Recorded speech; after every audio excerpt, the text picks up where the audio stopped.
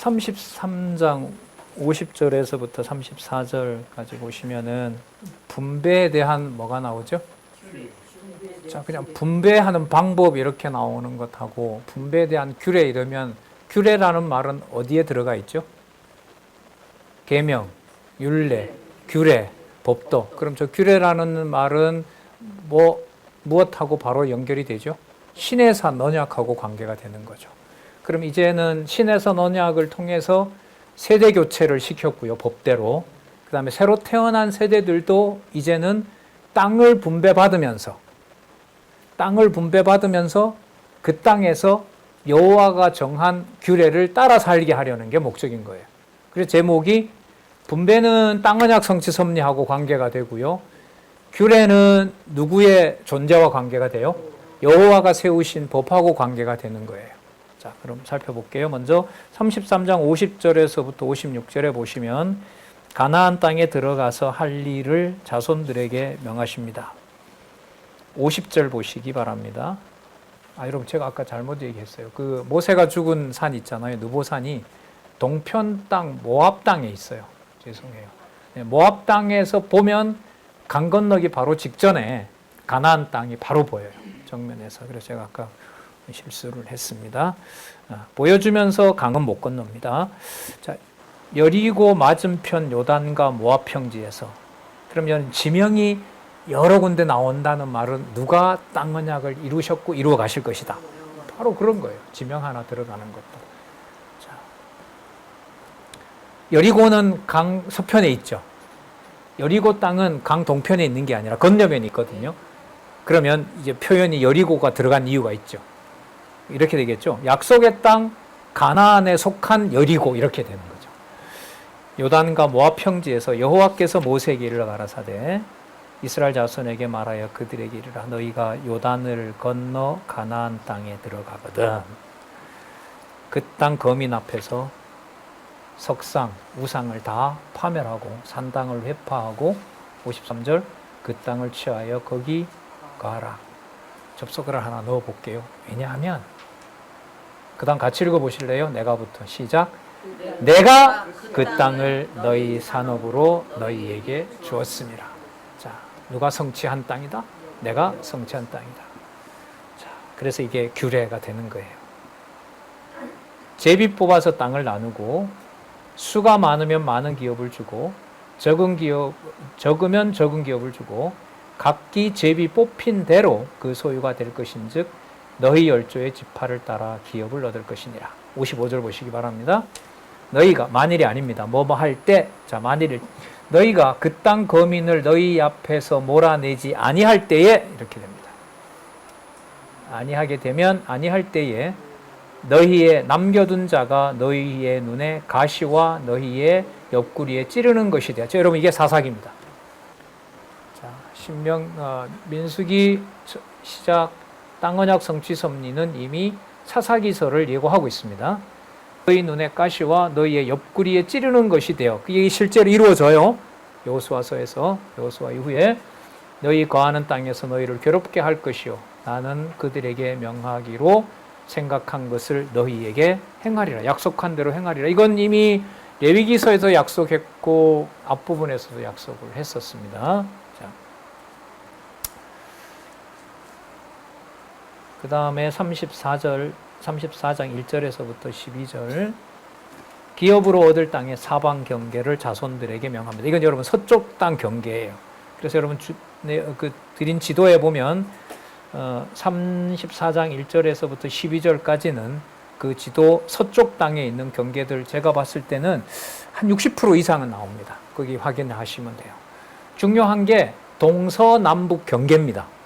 경계이기 때문에 그걸 중심으로 보시면 되고요. 지명이 안 나온 것은 지금 잘 모르고 있는 거기 때문에 엄밀한 의미에서 몰라도 되고요. 그래도 이제 머릿속에 그런 이미지가 있으면 도움이 됩니다. 왜냐하면 나중에 선지서에 가면 이 지명들이 또 반복이 돼요. 선지서에 왜 반복이 될까요? 선지서가 구약성경, 그죠? 이사야로부터 시작해서 말라기에 끝이 나잖아요. 특히 다니엘서 같은 경우는 미래의 지명까지 나온단 말이에요. 그러면 선지서의 지명이, 이 지명이 다시 나온다라는 말은 언약하신 대로 자손 땅 통치 언약을 이루어서 누가 올 준비를 자손과 땅과 통치 국가를 통해서 준비했다? 메시아 오시고 이것을 확정하는 거기 때문에 의미가 있어요. 예. 자, 볼게요. 2절 너는 이스라엘 자손에게 명하여 그들에게 이르라. 너희가 가나안 땅에 들어가는 때에 그 땅은 너희의 기업이 되리니 곧 가나안 뭐라 그러죠? 사방, 동서남북. 자, 이때 가나안은 특정 지명이라기보다 약속한 전체 땅. 자, 남쪽부터 나오네요. 남방은 에돔곁. 이해되시죠? 제일 남쪽에 있는 땅 어디? 에돔. 에돔에서 오른쪽으로 돌면 요단 동편 땅. 왼쪽으로 돌면 가나안 땅. 하지만 오른쪽으로 돌게 하는 거죠. 왜? 에돔 족속이 왼쪽을 막아버리고. 왜? 에돔 족속이 알죠? 이 사람들 가나안으로 가려고 그래. 그러니까 에돔 길을 막아버리니까 어디로 돌 수밖에 없어요? 오른쪽으로 돌 수밖에 없는데 오른쪽으로 돌아갔더니 거기 하나님이 루벤과 갓과 므낫세 반지파를 줄 땅을 준비해 놓고 기다리신 거죠. 자, 3절에 남방은 에돔 곁 접근한 신광야, 남편 경계는 동편으로 염해, 사해바다입니다. 자, 그 다음에 4절에 보면 돌아서 아그라빔 언덕 남편에 이르고 신을 지나 가데스 바니아 남방에 이르고, 가데스 바니아와 에돔이 관계가 있어요. 아까 말씀드렸는데 에돔에서 오른쪽으로 돌아서 가면 가데스 바니아로 해서 정탐꾼들이 갔던 길을 가요. 그 정탐꾼들이 여러분 요단강 서편 땅에서 올라갔어요. 요단강 서편 땅에서. 요단 서편 땅에서 올라갔기 때문에 가데스 바니아에서 가나안 땅을 관통해서 저 위에까지 갔단 말이죠. 근데 그걸 에돔 족속이 막은 거죠. 그래서 오른쪽 땅을 주게 되는 겁니다. 자, 지도도 있으니까요. 가끔 고개를 드셔서 확인도 하시고. 자, 서편 땅의 경계를 말하는 겁니다. 자, 그 다음에 5절. 아스몬에서 돌아서 애굽 시내를 지나 바다까지 이르니라. 지중해 바다일 거예요. 이거 남쪽이기 때문에. 그 애굽과 지중해 지역까지 남쪽 경계가 되는 거예요. 그 다음 6절에 보면 어느 경계죠? 6절에. 서편이죠. 이건 지중해를 말하는 거죠. 자, 서편 경계는 대해가 경계가 되나니 이는 너희의 서편 경계니라. 자, 7절 보시기 바랍니다. 어디 경계죠? 북편 경계예요. 북편 경계는 이러하니 뭐가 나오죠? 여기 대해가 유브라데 강이에요. 유브라데스 강이고요. 6절의 대해는 지중해예요. 자, 이러한 대해에서부터 호르산까지 긋고, 호르산은 여러분 드린 지도에 나옵니다. 북쪽 경계. 호르산까지 긋고, 호르산에서 그거 하맛더기. 하맛이 여러분 서북 쪽의 경계입니다. 다윗이 정복했을 때 여기까지 갑니다. 하맛더기가 갑니다. 좀 나름 좀 의미 있는 지역입니다. 스닷에 미치고 그 경계가 또 시브론을 지나 하살레난에 미친 이는 북편 경계니라. 자, 동편 남았죠? 자, 10절에 보시면 너희는 어디? 동편 경계는 하살레난에서 요단강 서편 땅, 바로 그 요단강까지겠죠. 하살레난에서 그거 스밤에 이르고 또 스밤에서 라블라로 내려가서 아인 동편에 이르고 또 내려가서 기네렛 동편 해변에 미치고 그 경계가 요단으로 내려가서 요단강의 물이 쭉 내려오면 어디로 모이냐 하면 사해로 모여요. 그러니까 그 경계를 따라 그 길을 따라서 내려온다는 거죠. 그 경계가 꼭 요단으로 내려가서 어디에서 끝나죠? 염해, 사해바다에서 미치니 너희 땅의 사방 경계가 이러하니라. 자, 그 다음에 이제 땅을 알려줬기 때문에 이 땅은 과거에 아브라함에게 자, 내 눈을 들어보라. 이곳 바로 이 땅을 이미 몇 년이 되죠? 500년 전이 되나요? 그렇죠. 한 500여 년 전에 아브라함에게 약속했던 땅이 됩니다. 자, 그 다음에 전체 땅을 얘기를 했어요. 그 다음에 각 구역별로 그 땅을 정해줍니다. 먼저 34장 13절에서부터 15절에 보면 그 땅은 몇 지파라고 나오죠? 9지파 반에게. 13절 읽어보겠습니다. 모세가 이스라엘 자손에게 명하여 가로되 이는 너희가 제비 뽑아 얻을 땅이라. 그 다음 보세요. 같이 읽어볼게요. 시작. 여호와께서 이것을 9지파와 반지파에게 주라 명하셨다. 명하셨다. 이러면서 이제 루벤 갓지파에게는 이미 줬고요. 자, 34장 16절에서부터 29절까지 모세에게 기업의 땅을 나눌 자들의 명단, 그러니까 9지파 반이죠. 자, 17절 너희에게 땅을 기업으로 나눈 자의 이름은 이러하니 제사장 엘르아살과 눈의 아들 여호수아니라. 자, 19절에 보면 유다지파 나오죠. 유다지파에서는 누구예요? 갈렙. 자, 20절에 시므온, 자, 두 지파 들어갔어요. 21절에 베냐민, 자, 22절에 단 지파, 23절에 므낫세 반지파. 동쪽에도 반지파, 서쪽에도 반지파. 그래서 므낫세 반지파. 그다음 24절에 에브라임, 25절에 스불론, 26절에 이사갈, 27절에 아셀, 28절에 납달리, 29절 같이 읽어보겠습니다. 시작. 여호와께서 명하사 가나안 땅에서 이스라엘 자손에게 기업을 나누게 하신 자들이 이러하니라. 이걸 안 보냈네요. 죄송합니다. 미리 드렸어야 되는데. 자, 지금 분배받은 땅 지도를 제가 보내드렸거든요. 참조하시면서 공부하시기 바랍니다. 일단 교동협에 올렸습니다. 교회도 올려놓을게요. 그 다음에 이 자손들의 재밌어요. 여러분 지금 다음 내용에 도피성이 나오거든요. 예? 35장에 이제 도피성이 나와요. 도피성 이러면은 무슨 언약과 관계돼요? 도피성이니까. 자손 땅 통치 중에 도피성 이러니까 성, 땅이죠. 성은 땅이잖아요. 도피 이러면 뭐와 관련돼요? 예, 재밌는 용어예요. 도피성 속에, 도피성이라는 말 속에 무슨 언약과 무슨 언약이 동시에 이루어져요? 자손 언약과 땅 언약이 동시에 이루어져요. 그럼 도피성은 자손 언약에도 이미 말씀하셨어요. 도피성을 두라고 했거든요. 그게 율법에 있는 대로 지금 이루어 가시는 거예요. 그런데 이게 땅 언약을 완성한 다음에 아직 9지파 반은 분배를 하지 않았는데 이미 뭘 정해요? 도피성을 정한다는 말은 거기서 너희들이 차지할 그 땅에서 그걸 유업으로 받아서 살게 된다는 의미가 들어있는 거죠. 그래서 도피성에 대한 제목을 보세요. 다시 또 규례죠. 자, 도피성은 약속의 내용과 관련된 거고요. 규례는 누구의 이름과 관련되는 법, 여호와의 이름과 관련된 법인 거죠. 네. 마찬가지죠. 그리스도께서 완결하신 하나님의 말씀, 교회의 절대지표, 성경에 기록한 말씀을 성취하시기 위해서 각 지파에게 주셨듯이 각 성도들에게 과거, 현재, 미래의 모든 성도들이 그런 상황에서 그 시간에 그 땅에서 그런 사람들과 어울려서 여호와의 이름을 자기가 받은 은사 따라서 실현하게 하시는 게 땅을 분배받는 것하고 똑같은 거죠. 그게 확실하면, 은사가 확실하면 새하늘과 새 땅에서 무엇을 할지 감이 오는 거죠. 왜냐하면 나그네와 이방이잖아요, 전부. 본향은 어디죠? 지난 연말에 우리가 봤던 새하늘과 새 땅. 신부가 신랑을 위하여 단장한 것 같은 거룩한 성세이기 때문에 그 예루살렘에 대한 감을 그리스도가 오지 않았지만 바라는 것들의 실체를 받고 증거했던 것처럼 여러분들과 제가 그리스도를 통하여 받은 히브리서 야고보서의 투쟁에 있는 고난이 인내를 낳게 되는 상황에서 깨닫게 되는 개념은 여호와밖에 남지 않고요.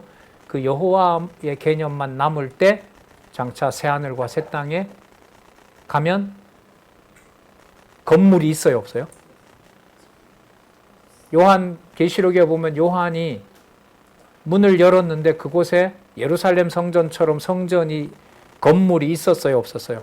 없어요. 건물이 없습니다. 여호와의 영광으로 꽉 찼다 그래요. 그럼 무슨 이미지가 사라져요? 이 땅의 건물 이미지가 사라지면서 누구 이름만 딱 남아요?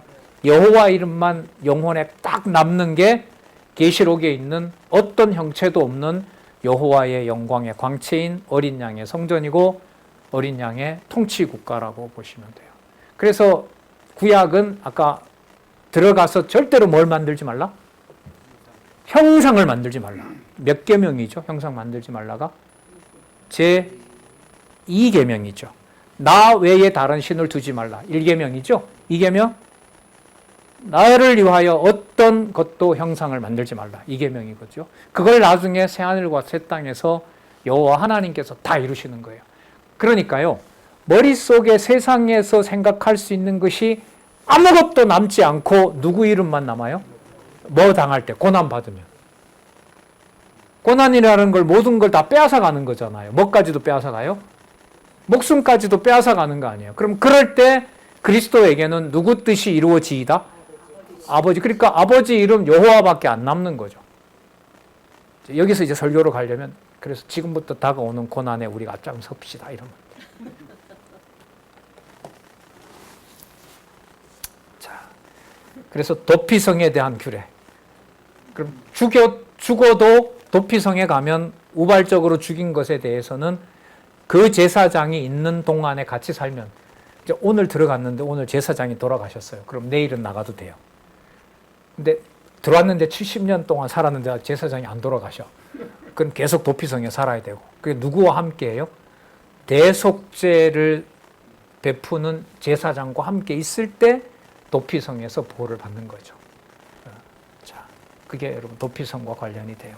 레위인에게 도피성을 6개를 주고요. 42성읍을 주죠. 그러니까 6하고 40이면 얼마지 전체? 48성읍이에요. 그러니까 요단 동편에 3개, 서편에 3개 해서 48성읍. 중간에 찍고 동서남북으로 몇 메다죠? 900m인가 그래요. 멀지 않아요. 그 자리에다 찍고 동서남북으로 900m 안에서 생활하는 게 바로 그 농사는 못 지어요. 먹을 걸 다 누가 조달하니까. 백성들이 조달하기 때문에 그런 도피성을 지금 얘기를 해주고 있습니다. 그게 나오네요. 4절에 여러분 보시면은요. 너희가 레위인에게 줄 성읍들의 들은 성벽에서부터 밖으로 뭐라 그러죠? 몇천 규빗이에요? 2천 규빗. 이게 2천 규빗이라면은요. 이게 한 5, 9, 45, 450m 정도가 되거든요. 그러면은 2천 규빗이니까 곱하기 1을 하면 한 900m, 1km 남짓이에요. 1km면 뭔가요? 멀지 않죠. 큰 땅으로 보면 멀지 않죠. 거기에서 도피성 안에 도망을 가도록 해놓은 거죠. 예, 좋은 지도 또 올려주셨는데, 여러분 그 지도도 저희들 교동협에 올려주시고 여러분들 다운 받으셔서 프린트하셔서 지금 계속 땅 얘기가 여호수아서까지 나올 거예요. 그래서 이 지도가 지금 유용해요. 보시려면. 그리고 저 지명을 알게 되면 인터넷에 찾아보실 때도 관계가 있어요. 어떤 걸 찾아보시냐면 저 지명이 현재 어디입니까? 라고 물으면은 아마 찾아보시는데 도움이 될 겁니다. 왜? 다음에 여러분 저기 선교지 여행 갈 수 있으니까. 이스라엘이 심상치 않잖아요. 내년부터 아라랏산 발굴 시작되고 사우디아라비아는 열려 있고 출애굽 경로 전쟁만 없어지면 얼마 전까지 갔었죠. 한국에서 많이 가잖아요. 가을에 요즘 이제 준비해서 가려고 하거든요. 신학교 갔는데 신학교에는 그 교수님들이 안내해서 쭉 가는데 도움이 많이 될 것 같은데 좀 가보지는 못했어요. 자, 2천 규빗이요. 5절에 성을 중앙에 두고 성밖 동편으로 2천 규빗, 남편으로 동서남북이 있고요. 6절 같이 한번 읽어보겠습니다. 6절 시작. 너희가 레위인에게 줄 성읍은 살인자로 피케할 도피성으로 6성읍이요. 그 외에 42성읍이니라. 그래서 7절 48성읍을 주고 그들도가 아니고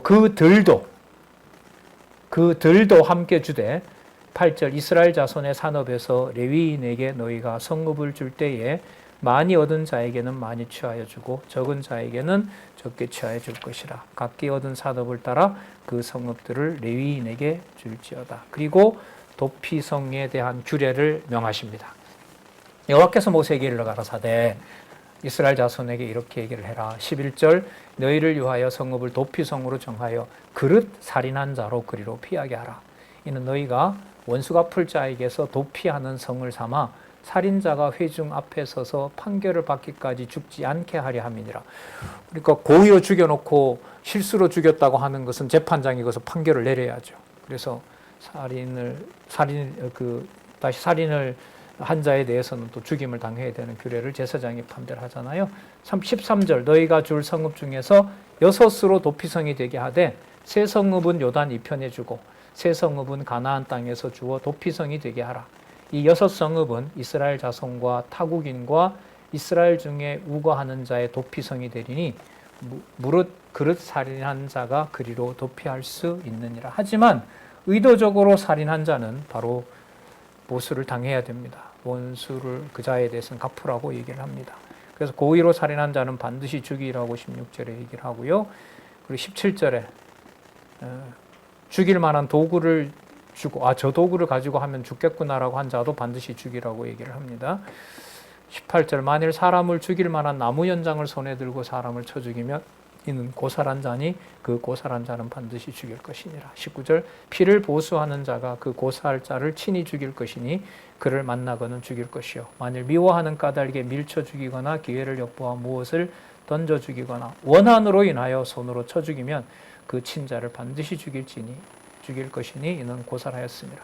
피를 보수하는 자가 그 고살자를 만나거든 죽일지니라. 피에 대한 보수, 하지만 동시에 이 피는 이스라엘 백성들을 출애굽하기 위해서 누구를 다 죽여요? 이스라엘 장자를 다 죽인 것이기 때문에 피의 보수도 되지만 그 피가 뭐에 되는 거죠? 속죄와 연관이 돼요. 그러니까 이 경우도 내 가족을 죽인 억울한 사람의 피를 그 사람의 피로 뭐 하는 거죠? 대신하는 거죠. 죽인다고 살아오는 건 아니잖아요. 그럼 목적이 어디에 있을까요? 죽인다고 살아오는 것도 아닌데 왜 반드시 죽여야 될까요? 피를 흘림으로써 이스라엘 백성의 이름이 여호와께서 주신 규례이기 때문에 누가 거룩하게 하는 분이다? 여호와께서 거룩하게 하는 분이다라는 걸 알려주는 거죠. 그러면 이 가족들이 40년 동안 할아버지, 할머니, 어머니, 아버지가 죽었을 거 아니에요? 그때마다 뭐 해야 돼요? 속죄제 드려야 되거든요.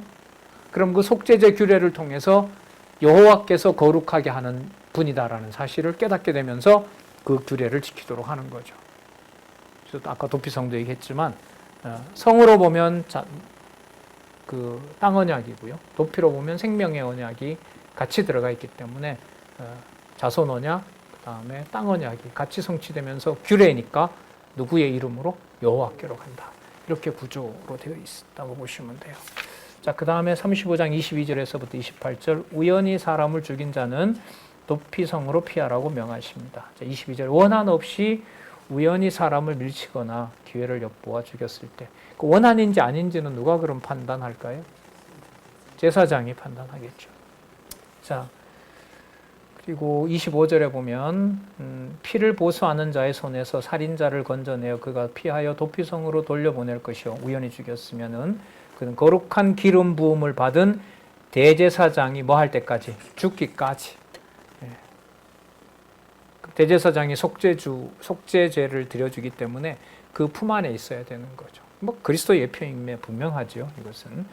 자, 27절 피를 보수하는 자가 도피성 지경 밖에서 그 살인자를 만나 죽일지라도 위하여 피 흘린 죄가 없나니 고의로 한 사람에 대해서는 이는 살인자가 대제사장의 죽기까지 그 도피성에 유하였을 것이며 이게 아니네요.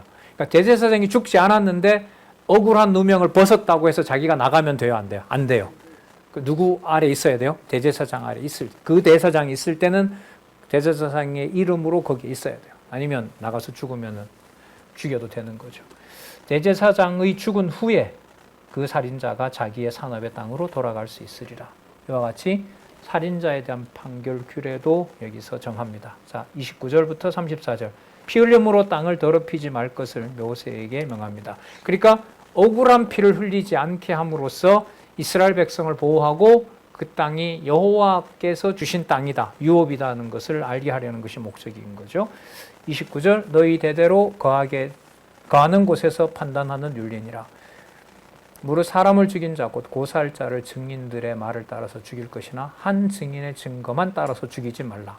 그 증인 2사람 이상을 세워야 되는 거죠. 그 다음에 31절 살인죄를 범한 고살자의 생명의 속전을 받지 말고 반드시 죽이라. 그건 대속할 수가 없어요. 피는 피로 갚아지는 거기 때문에, 갚을 수 있는 거기 때문에. 그 다음 33절 너희는 거하는 땅을, 자 33절부터 34절까지 같이 읽어보겠습니다. 시작. 너희는 거하는 땅을 더럽히지 말라. 피는 땅을 더럽히나니 피 흘림을 받은 땅은 이를 흘리게 한 자의 피가 아니면 속할 수 없느니라. 34절 보세요. 너희는 너희 거하는 땅 곧 나의 거하는 땅을 더럽히지 말라. 나 여호와가 이스라엘 자손 중에 거함이니라. 정확하죠. 저기 규례라는 제목이 왜 붙어 있냐 하면 너희 거하는 땅 곧 누가 거하는 땅? 나의 거하는 땅. 그럼 땅언약 성취 섭리의 의미는 누구의 이름이 거하는 땅임을 계시하는 데 있다? 여호와가 거하시는 땅이라는 것을 계시하는 데 목적이 있다. 그게 성막인 거고요. 성막 중심으로 동서남북이 진영을 짜서 지금 가고 있는 거고요. 앞서서 성막이 앞으로 가고 요단강을 건널 때는 성막이 앞으로 들어갔을 때 갈라지게 하는 거고요. 그래서 지금 여기 답이 나와요. 이스라엘 백성의 땅은 곧 누구 땅이기 때문에? 여호와의 땅이기 때문에 그렇다. 그래서 땅 언약 성취 섭리의 핵심은 여호와이시다. 여호와께서 살았고 여호와께서 자기의 영광을 드러내시고 여호와의 사역이 하나도 착오 없이 진행되는 것이다. 여기서 알 수가 있습니다. 그 다음에 마지막에 분배 가운데 딸은 어떻게 하느냐. 여러분 딸과 관련된 그 규례는요. 이미 민수기 27장에서 얘기를 했어요. 민수기 27장에서 약속한 대로 그대로 지금 여기서 이루어진다고 보시면 됩니다. 그 므낫세가 누구 아들이지? 가끔 물어야 그래도 여러분들 두뇌회전 하실 것 같아요. 므낫세 아버지가 누굴까요? 요셉. 예. 그 므낫세 후손들 중에 슬로보앗의 딸들이 유업을 그럼 어떻게 되냐? 딸들밖에 없는데 다른 지파로 시집 가면 그 받았던 땅이 어디로 가요? 다른 지파로 가게 되는 거죠. 심각하죠. 그래서 해결책은 뭐냐면 너희들은 다른 지파로 시집 가면 안 된다. 므낫세 지파에게만 가라. 그래야 땅이 보존되기 때문에 이렇게 이게 신학적으로 무슨 의미가 있는지는 숙제. 강론집에 설명을 하고 있으니까 보시면 돼요. 보시고 물론 은사와 관계가 되겠죠. 우리가 이해할 수 없고 우리가 판단할 수 없는 은사가 있다는 거죠. 다 포함 우리가 다 이해하고 저분은 저런 일 하는구나 뭐 하는구나 저런 은사를 주셨구나. 그러면 여러분 이런 맥락에서 보면 딸도 기업을 받게 되잖아요. 그러면 남자들에게만 기업이 그 대를 이어진다라는 말은 뭐가 돼요? 거짓이 되는 거죠. 그런 면에서 하나님의 택한 백성에게 하나님이 은사로 주신 선물이 없는 자가 있을까요? 없죠.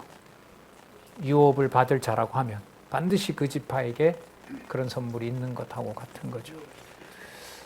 자, 슬로보앗의 딸들에게 주게 하였다라는 말씀이 있고요. 어떻게 분배되는지도 말씀을 드렸으니까요. 그 나오는 부분만 한번 볼게요.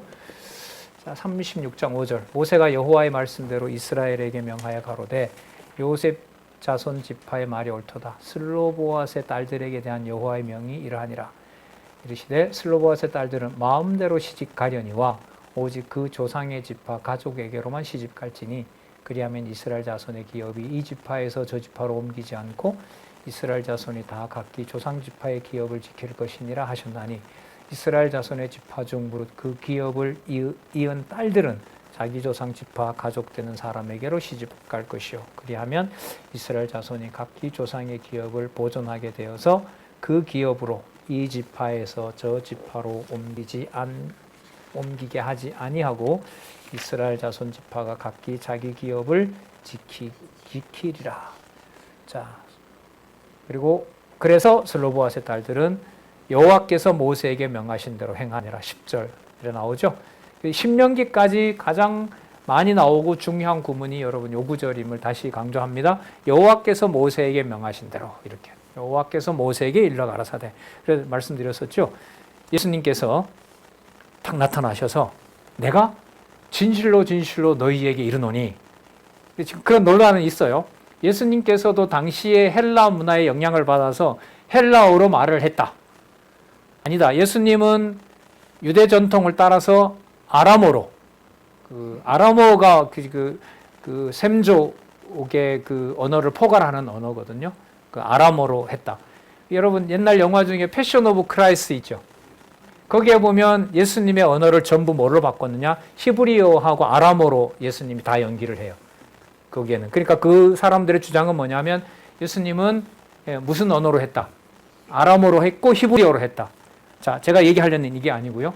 예수님께서 어쨌든 유대인들이 딱 들었을 때 그게 아람어든 헬라어든 내가 진실로 너희에게 이르노니라는 명제를 딱 들었어요. 예수님이 얘기를 해요.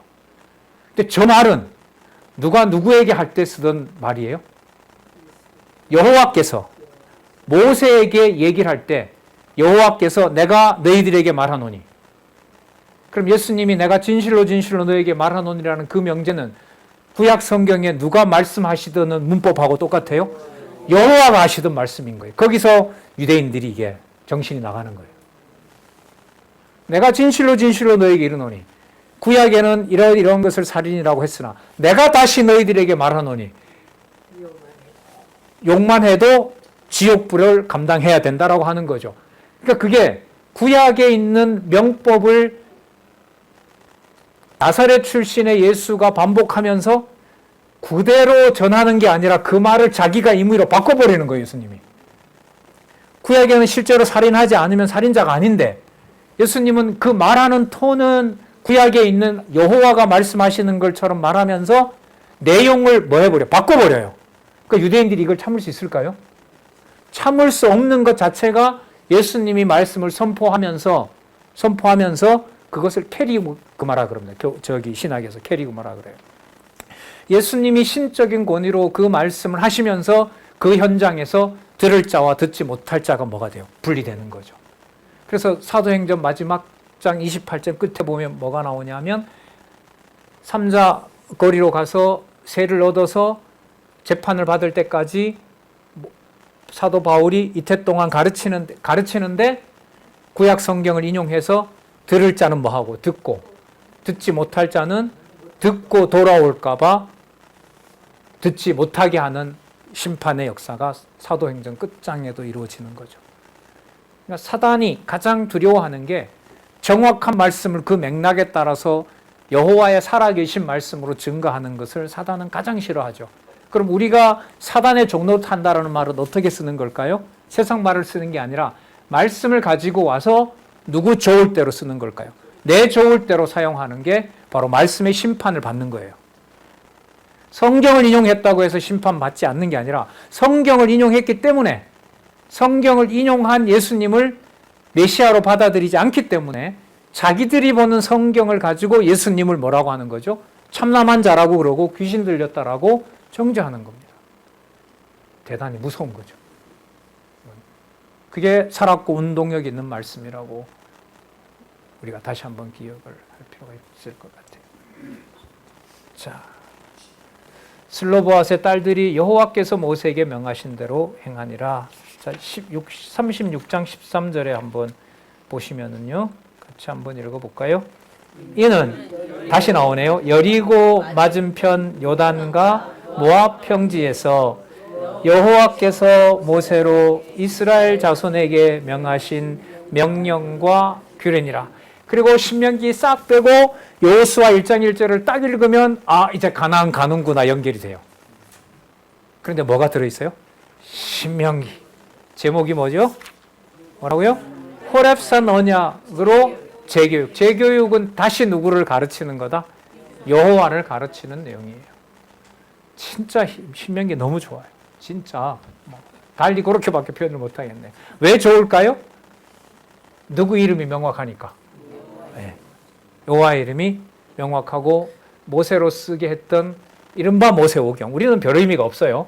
왜냐하면 이 신명기는 벌써 땅의역으로 가서 붙어서 여호수아하고 묶어야 되고 앞부분에 민수기 같은 경우에는 앞으로 가야 되고 이러기 때문에 제가 지난번에 독일 이스라엘 출신 우리 여학생이 왔을 때 그때 모세오경이라고 들어봤냐고. 그거 되게 중요하고 고등학교에 이스라엘에서는 꼭 배워야 되고 뭐 하는데 근데 그 모세오경이라는 말이 앞으로 사라진다. 별 의미가 없다. 왜요? 이런 구조 때문에 신명기서는 여호수아하고 붙게 되어 있고 의미로 보면 민수기도 분리가 돼서 민수기 앞부분 30장이 끝이 나고 31장은 민수기 31장부터 신명기하고 관계되고 여호수아 그게 땅 언약이니까 그렇게 구조가 된다. 큰일이네요. 큰일이네요. 그래서 막 이스라엘에 있는 친구 전화번호 찾아가지고 야 큰일 났다라고 알려주려고 하는 거 다음에 하고 이게 이런 게 한두 군데가 아니다. 그래서 여러분 제2절 호렙산 언약 재교육이 여호와의 이름을 요단 서편 땅에 들어가는 이 후손들에게 과거 자기들 눈앞에서 죽었던 할아버지, 할머니, 아버지, 어머니의 그 모든 죽음이 그냥 죽은 것이 아니라 40년 전에 시내산에서 받았던 그 언약을 눈앞에 가나안 땅을 두고 이제는 자손뿐만 아니라 뭐까지, 땅까지, 아까 누구의 땅이라 그랬죠? 너희들이 살 땅, 곧 내가 거할 땅. 자, 그 땅으로 내가 이렇게 관리할 것이다. 그래서 아까 마지막 절에 나왔던 여호와께서 모세로 이스라엘 자손에게 명하신 이 구절이 신명기서의 주어가 됩니다. 자,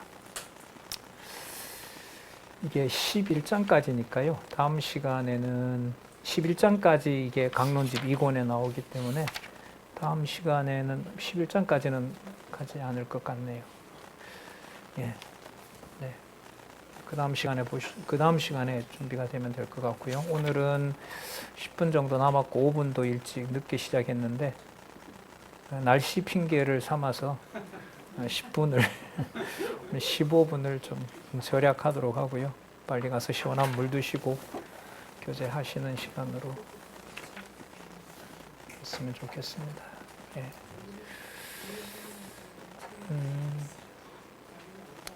마지막으로 1017에 보시면 1017에 보시면은 요 부분만 한 소개를 좀 해드려야 될 것 같아요.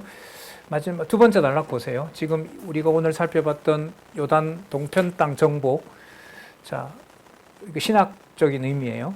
예수 그리스도께서 장차 재림하셔서 만국을 미혹하는 사단의 권세를 멸하시고 온 세상을 정복하여 1000년 동안 다스리게 되신다.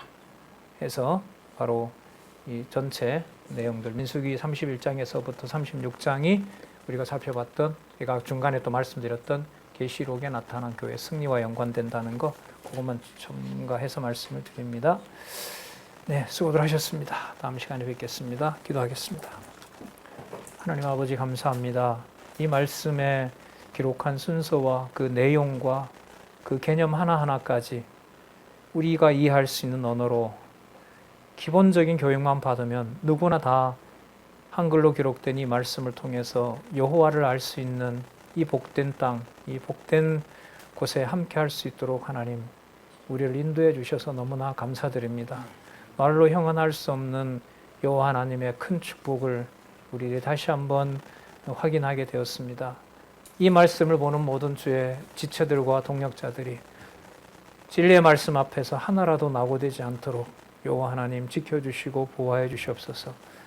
행여 그 선배들이, 할아버지, 할머니, 부모들이 여호와의 진노 앞에 죽는 장면을 보더라도 거기에서 인간적인 감정에 매몰되지 않고 살아계신 여호와 하나님을 깨달아가는 백성들을 삼아주신 것처럼 우리에게도 주 예수 그리스도의 몸된 교회에서 일어나는 모든 일들을 통해서 오직 여호와 하나님 앞에서 여호와 하나님만 의지하고 바라보는 그 기억만 우리들에게 소중한 보배로 남을 수 있도록 우리를 지켜주시옵소서. 간절히 간구하오며 예수님의 이름으로 기도드렸습니다. 아멘.